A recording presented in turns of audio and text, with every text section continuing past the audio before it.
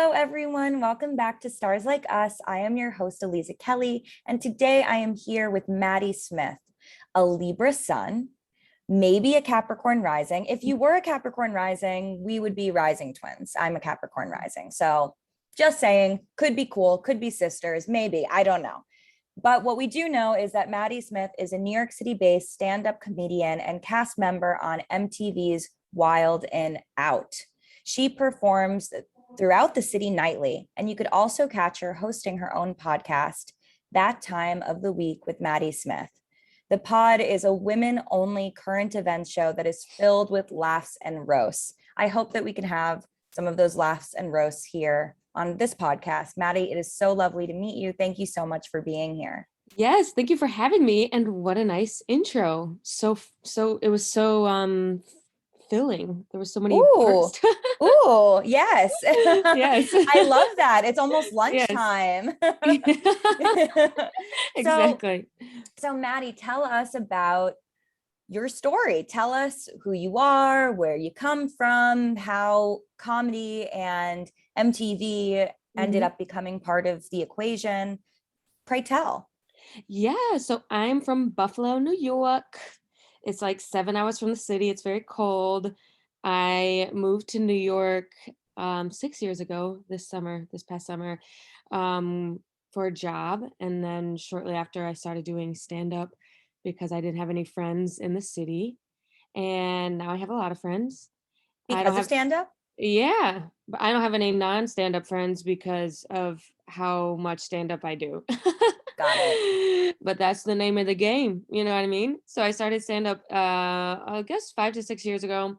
Stand up every night and did roast battles as well in the city. And then from the roast battles, got on Wild and Out because Wild and Out is a roast show. Then MTV, Wild and Out. And once I got on Wild and Out, I was able to not work a 9 to 5 anymore. And so now I do comedy full time. That's amazing. That's the long short. It's a pretty boring story, actually. No, it's not boring at all. It's really interesting. I mean, I'm even interested in the Buffalo part. That's like, that's a faraway place in New York. I'm from the city myself, and I don't think I've ever been to Buffalo, but I've seen it on a map and it looks very far, and I've heard it's very snowy. It's very far away. It's far enough away where I never see my family Wow. because yeah, it's just like the drive is long and if you go for comedy purposes, you either go in the winter and it's super cold, like 0 degrees, or you go in the summer and no one will come to your show because no one goes inside during the summer in Buffalo because it's the only 2 months of nice weather. Wow. Okay, I have a question. I've always been very intrigued by stand-up comedy, but it seems really horrifying, really scary and upsetting. Can you like walk me through what it's like to do stand-up comedy, to like what like the experience from before you get on the stage, what happens during, and then after is? Yes. To me, it's not horrifying, but I could see how to other people it is. So pretty much leading up to a show, I'm like, all right, if I've been in a venue before, I'm not that nervous because I know the name of the game. I get nervous now if I'm going up for the first time in a venue I've never been at before. So I recently went to like Zany's in Nashville. I'd never been to Nashville before. So I didn't know what the vibes were going to be. I didn't know if it was going to be left leaning, right leaning, women hating, women friendly. You know what I mean? So before that kind of set, I have to know like, okay, you got to have your set list pretty much down, no holes in the set, so that you can push through in case they're not giving you what you need.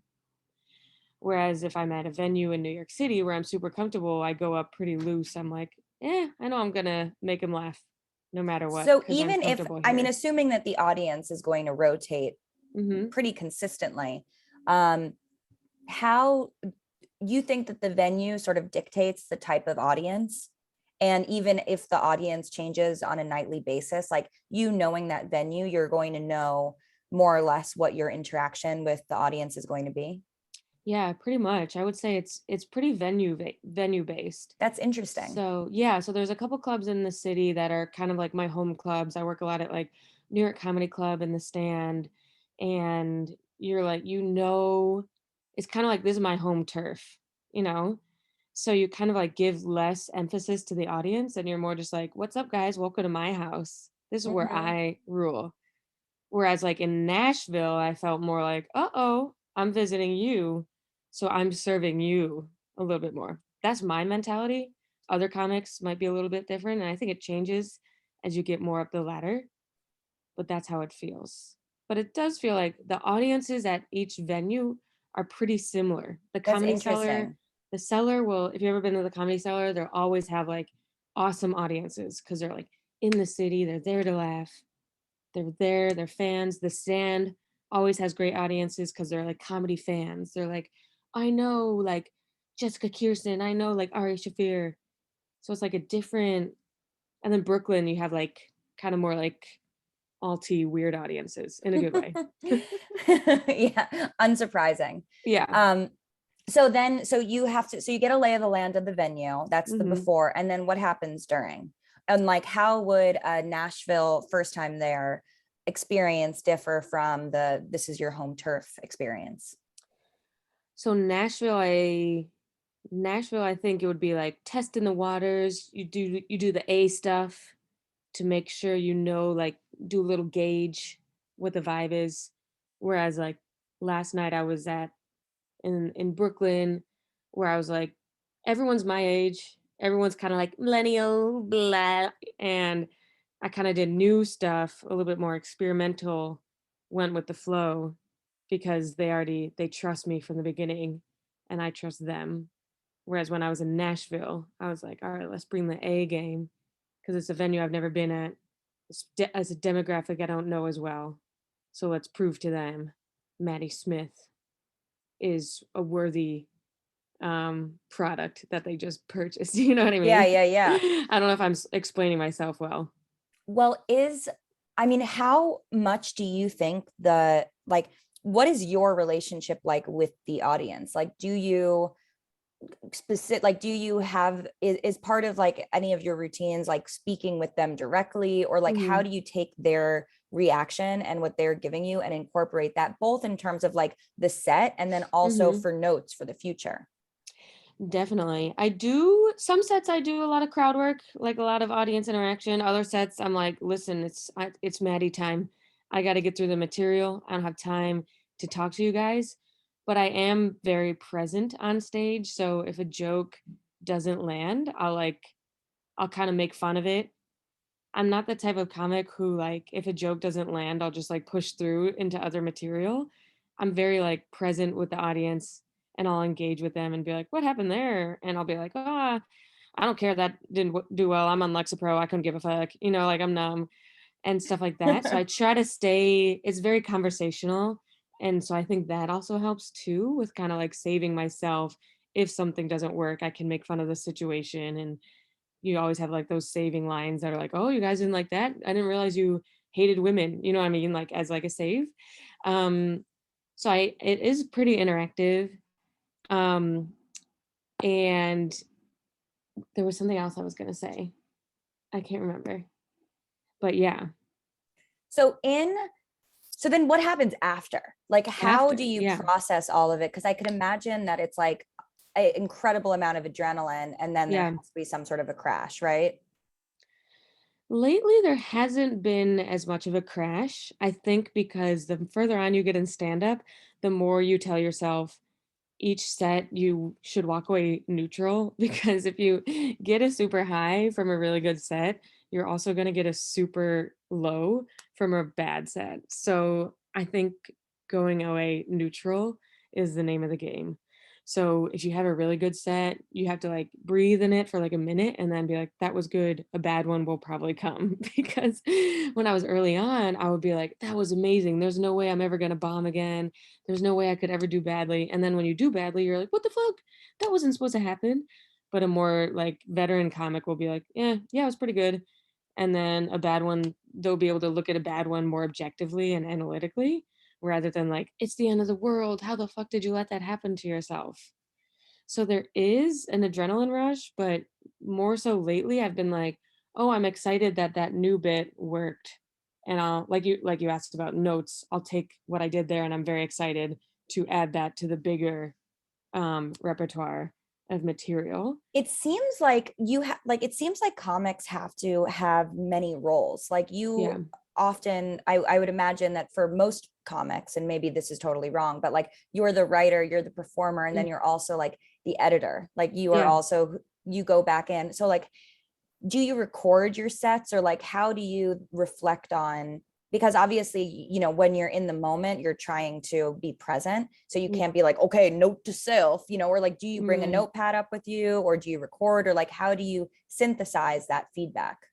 I record my sets, and on good days I listen. If I'm pretty vigilant, I listen the next day and take notes, but it's hard. And then days, it's like the gym. The one day you're like, nah, I'm not gonna go. And then the next day you're like, well, I didn't go yesterday, so I might as well not go today. But on a good week, like I'll daily, like usually on the train to my first set of the night, I'll listen back from yesterday's set. And it's so helpful because you also have like little riffs and little things you added on to the jokes that you won't ever remember unless you recorded it. So most and like veteran comics will be like, you won't grow unless you listen to your recordings. I think that what you're really supposed to do is like videotape all your sets and watch them, but I don't have enough phone space for that. Yeah, that sounds So like a lot. It sounds like you would need to get a designated phone for that. yeah, totally. Oh my Your god, it's so burner much. phone. Yeah, the burner phone. But audio is so good, and then you just like and then listening back, you hear stuff that you need to fix, like, for a long time, I was doing sets where I'd say, like, "You know what I mean?" Like, like, "Okay, uh-huh," and, like, so many, like, inner things, and when you listen it back, you can, like, edit all those out, and you get so much better really Yeah. quickly, but so many comics will be like, they record every set and never listen to them." Yeah, I could imagine that that's also like, I don't know, like really hard. I have a hard time rewatching anything that I'm in personally. Yeah. Like I wanted to just, I try not to micromanage when I'm on set or I'm in front Mhm. of a camera, I'm doing something, because I'm going to beat myself up and I'm going to get in my head. So I try to be really present. And then the video comes out and I'm like, oh my God, Yeah. I'm serving exclusive 9 chins. Like my hair is so fucked up. Like I look Right. like such a mess, but it's out, and that's the most important thing. So I'm just going to post it and then I'm never going to watch it. I do that too. I'm very self-critical as well. I have heard recently about like the physical stuff. I get less critical about that kind of stuff lately. I read a quote recently that was like, the least interesting thing about you should be your appearance. So I that like has that. helped me. But then I'm just more critical about like my voice. You know what I mean? I'm like, okay, Mhm. I look fucking disgusting, but my no but my voice is annoying now.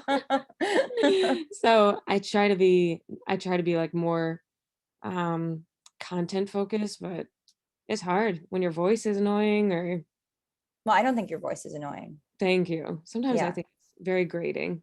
Oh, no, no. It's Yeah. just because you hear yourself all the time. I know. It's so true. Yeah. I'm hearing you for the first time and it's lovely.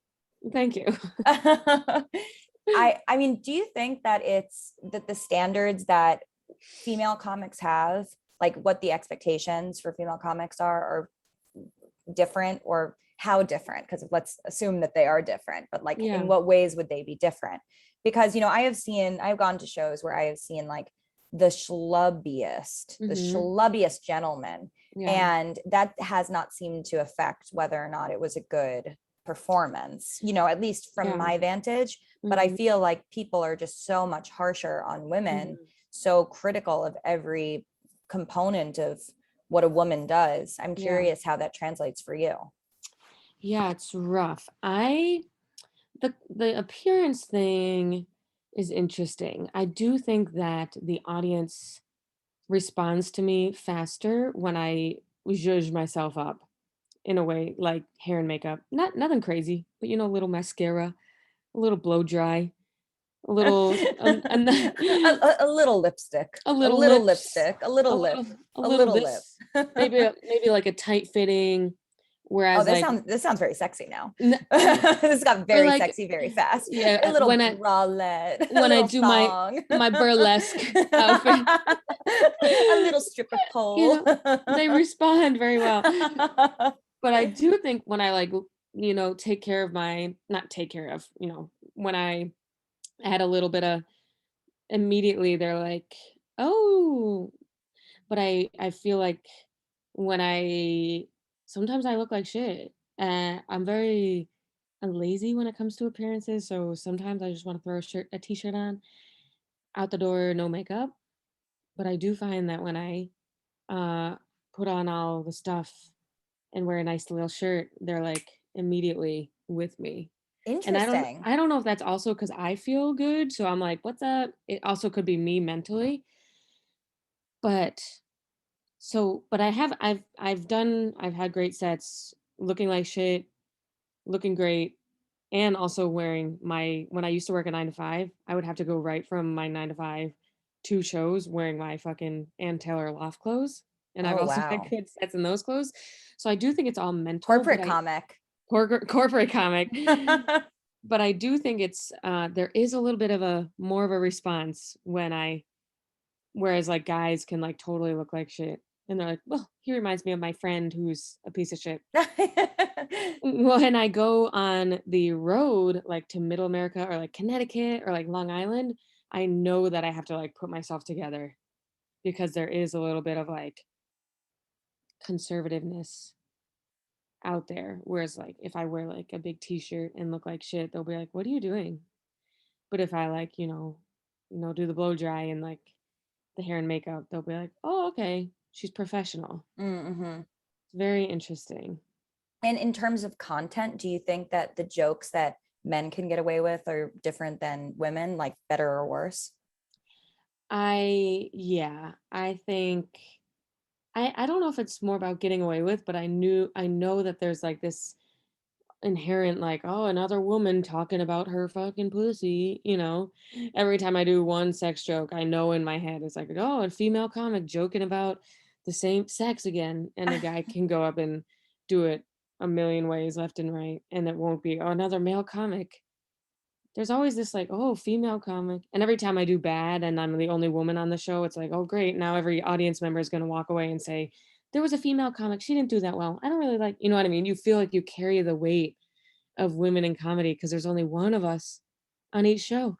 Wow. So it still is as male dominated as it was, I don't know, the last time I checked. Like it hasn't Yeah. shifted. There's a little bit of a shift. There's been more women on shows, but there's so few women compared to men that the women are so booked that the bookers want to book more than two women, but there's so many, everyone's booked, especially on the weekends. Like all the upper women are out of town in the clubs. So then all of us get shifted up. So then there's like one woman per show. So I don't think it's any shame. I'm not shaming bookers at all. I think there's just like still so few of us working that we're all spread out, which is How awesome because then you get more opportunities. But when there's only one of us on the show, you're like, okay, I got to show up for my gender. Yeah, totally. Yeah, that's a lot of pressure. That's really Yeah. scary and hard. Yeah. Um, is it true that comics are horrible to date? And my boyfriend's a comic. Wow. Yeah. So yes. No, I'm kidding. Absolutely. um, they can be. I do think that inherently stand-up comics are mentally ill.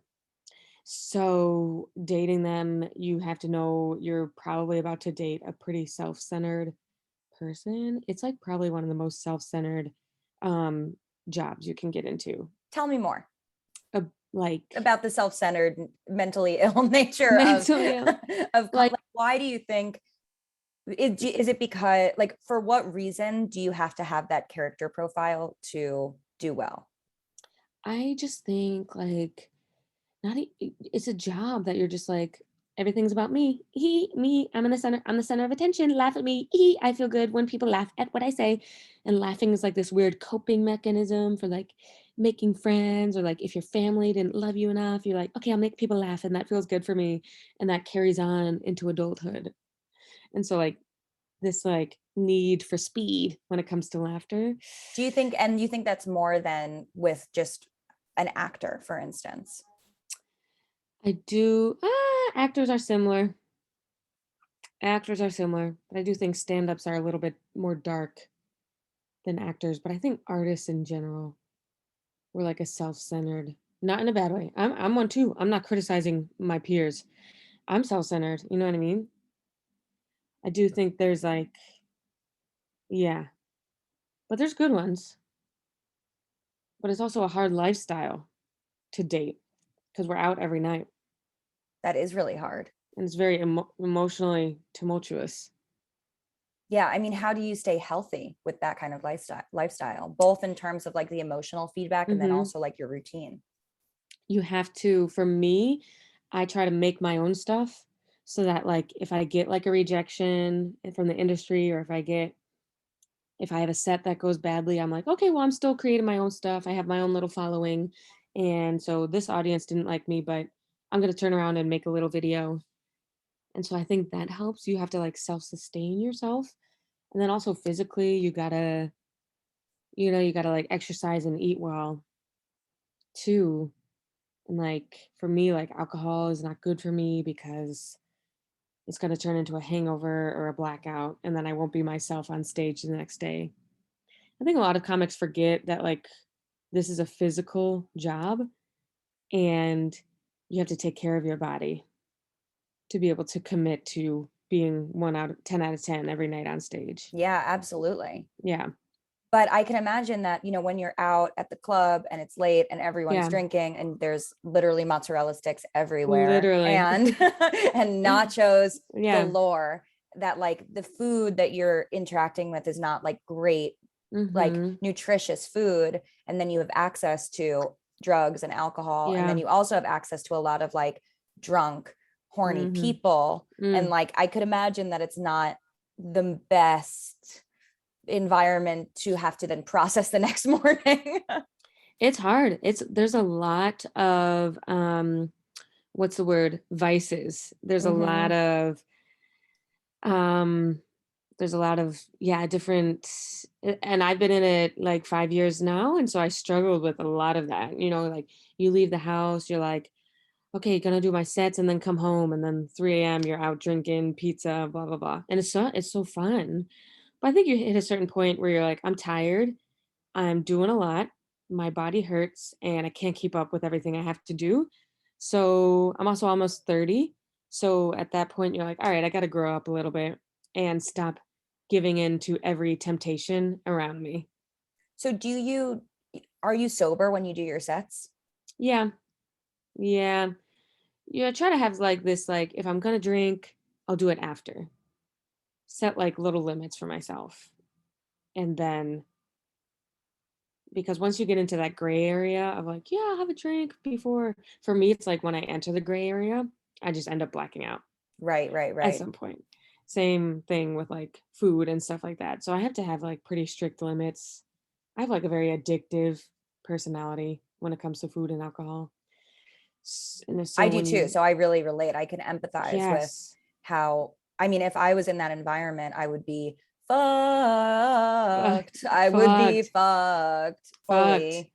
totally. So that's why I have to say like, okay, we're not drinking now, because when you have like those temptations around you, you're like, oh yeah, I'll just have one, and then like you do one night, and the next night you're like, oh, I'll have a couple, and then like night three, you brown out or black out. So right now, I'm not like sober with a capital S, but I have to like hold off on drinking right now. And then same thing with food. I try to like get all my food intake done before I leave for the night. So Mm-hmm. that like I used to be really bad, not bad. I used to be really like, I get off stage and immediately I'd be like, okay, I need to eat these feelings up. So I stop at a bodega and get like a huge bag of chips and eat on to my next show. So now I don't do that as much anymore because I like try to get all my nutrients in before I leave for the night. Yeah, that makes sense. I Yeah. remember when I was living in Los Angeles many years ago, I was working at this restaurant, and it was horrible. I mean, it was Yeah. just like such a toxic environment. It was on the Sunset Strip, Oh, and okay. Yeah. watch out. And it was just such a, I mean, my boss, the general manager, was like a raging cokehead. Mm-hmm. And it was, it was open really late. It was kind of like a restaurant club, Yeah. horrific monster Yeah. situation. And the first few months that I was there, I was poor. So I was like, okay, I'm Mm-hmm. going to like this, I'm going to eat here because Right. this is free food. And Totally. then on top of it, I was also miserable. And then I could get free drinks from the bar. And like, Yep. you have a bartender who's passing you drinks. So it was like, okay, this is making a horrible situation a little bit more manageable. I'm getting free Yes. food, so I don't have to eat when I get home, or I don't have to figure out what I'm going to cook for myself. Like, I'm getting drunk here for free, and then I'm getting paid. So like, this isn't the worst thing ever. Mm-hmm. And I came to realize that that was placating me, Yeah. that I wasn't even seeing the situation for what it truly Right. was. And I was also obviously sort of becoming dependent on those things in order Right. to survive. And I stopped, and I started only being sober there. And it was such a different experience. Yeah. It was like alarming It's how fucked up it alarming. was.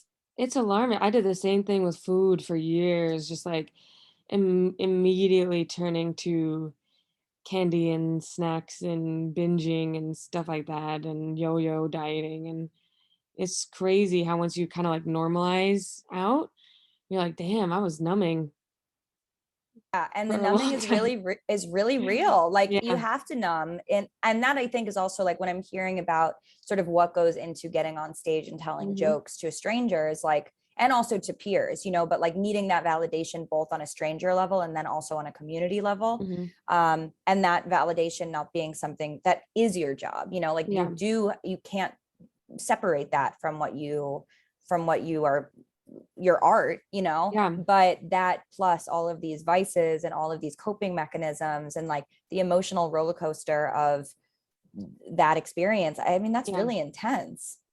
It's super intense. And yeah, I guess that's how stand up is different from acting and other arts is like your personality is your art. So like of course there's addicts and all sorts of vices in stand up because if you don't do well, you're like, "Fuck, 50 people fucking hated me."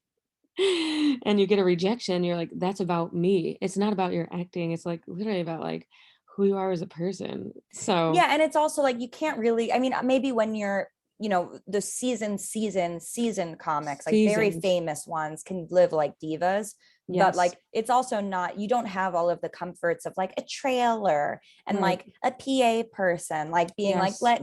you'll come here and let me take you from this place to this place. It's like Right. you're getting yourself to the show, you're putting the fucking Mhm. jalapeno poppers in your own mouth, like And you you like you are fully calling the shots of this, which yes. also means that you have to like protect yourself, but Yeah, it's it's so hard. true. It's really hard, but that's growth in any field.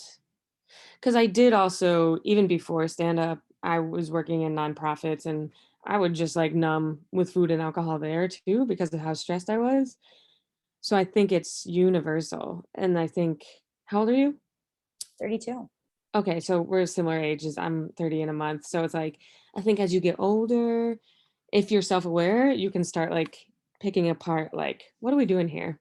Yeah, exactly. I mean, I do think that like there's nothing that I love more than getting older, because it's Yeah. like really helping me like sort of buff out all Hmm. of those like thorny, Yeah. like sticky spots where I'm like, oh, but like, is this a disaster? And then it's like, no, you're not gonna No. care about this in 6 months. Like, but if you destroy yourself, you're going to care about that in 6 months, because every Yeah. single day counts of like how Hmm. you show up and take care of yourself versus you self-destructing and getting into this like, having this like emotional self-sabotage Yeah. because one bad thing happened. It's like, that's not going to matter, but you not knowing how to regulate is. Yes. So not knowing how to regulate. It's so true.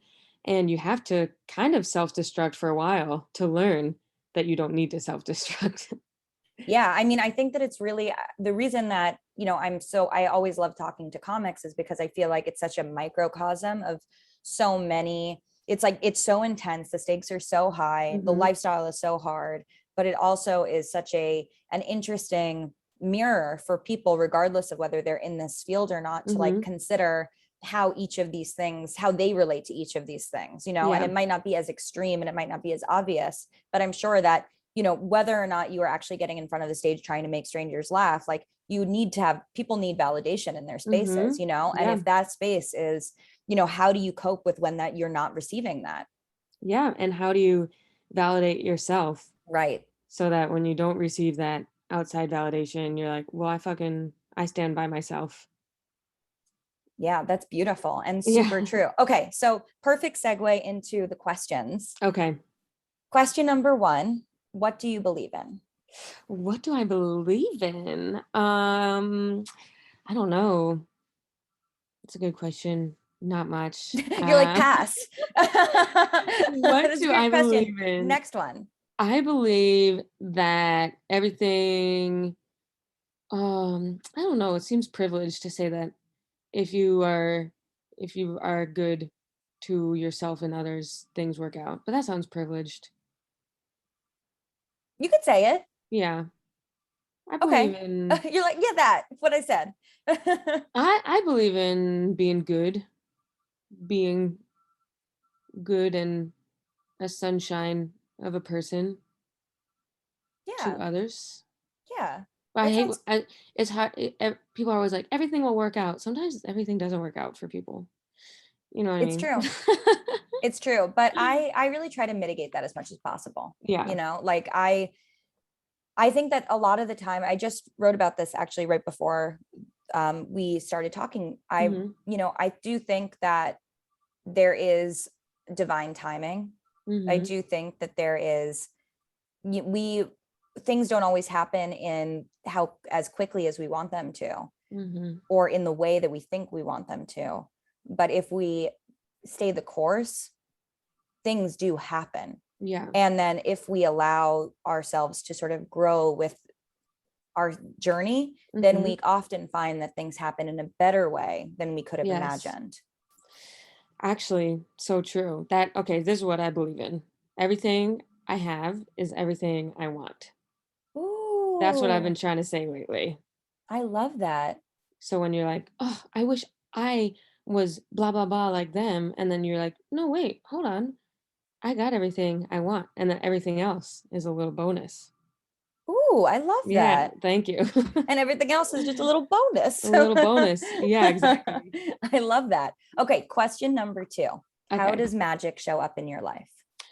Magic showed up in my life and with the people I interact with on a daily basis who make me feel like myself. I Is love that, that. is that People are corny? magic.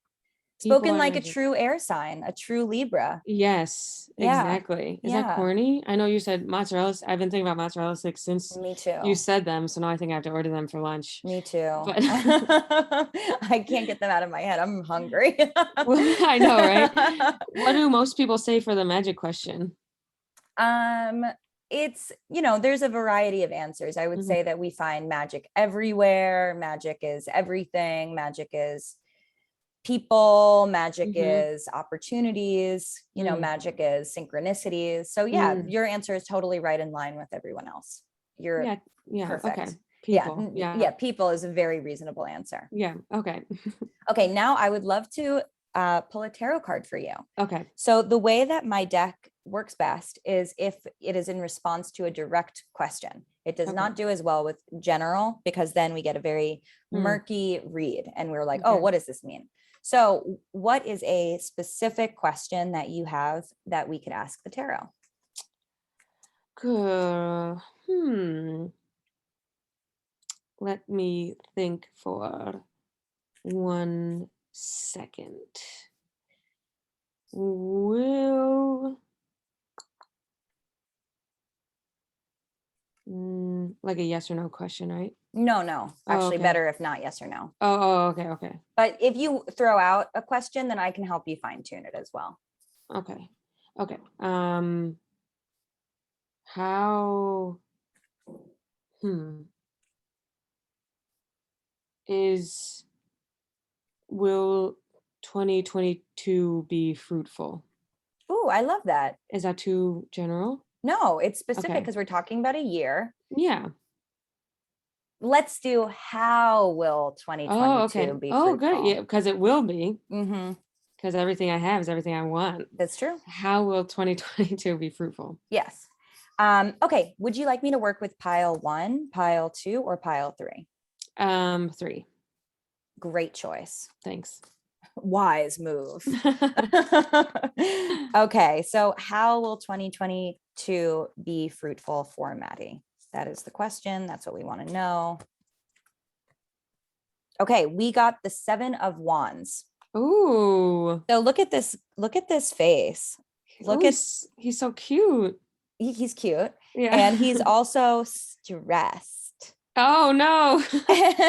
But he's very busy doing Yeah. this, putting wands in the ground. Oh my gosh, story You of my know. life. I'm always putting wands in the ground. You know, relatable. Yes, relatable AF. But it looks like it's going to be really busy. It Yeah. looks like you're going to be there's going to be a lot of wands to put in the ground, and you're going to have a lot of, there's going to be a lot of sort of like, how do I juggle this? How do I balance this? How do I, make sure that this is in the right place? So it's going to be fruitful in that it's going to be very busy and it's going to be stressful, but that's also going to be important because it's going to be you cutting your teeth to know how to, to plan for when things are very busy and stressful, and that you can scale that, and that you can continue to take care of yourself and cultivate your relationships and make sure that your life is not just being consumed by your calendar.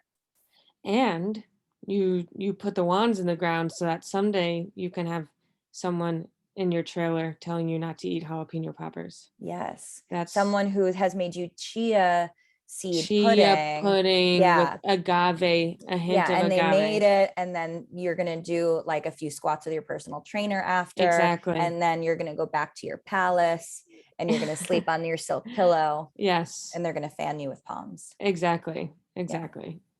Yeah. So that's the buildup. Awesome. I look forward to it. Me too. Well, where can we find you and continue to connect with you and also see you? Yes, you guys follow me on all the apps. So Maddy Smith. If you live in the city, I go up every night, and the link in my Instagram bio has all my shows. It's my little bands in town. So it has all New York ticketed shows, and then we'll be on the road. All of October, I'll be filming Wild and Out. So I'll be on a stand-up hold then. But if you follow me on the medias, you can find me and then listen to my podcast that time of the week, which is available on all podcast platforms. Oh, you're muted. Yep. Amazing. Thank you so much. Thank you so much for being here. Thank you so much. Thank you for having me. Really fun. Thank you.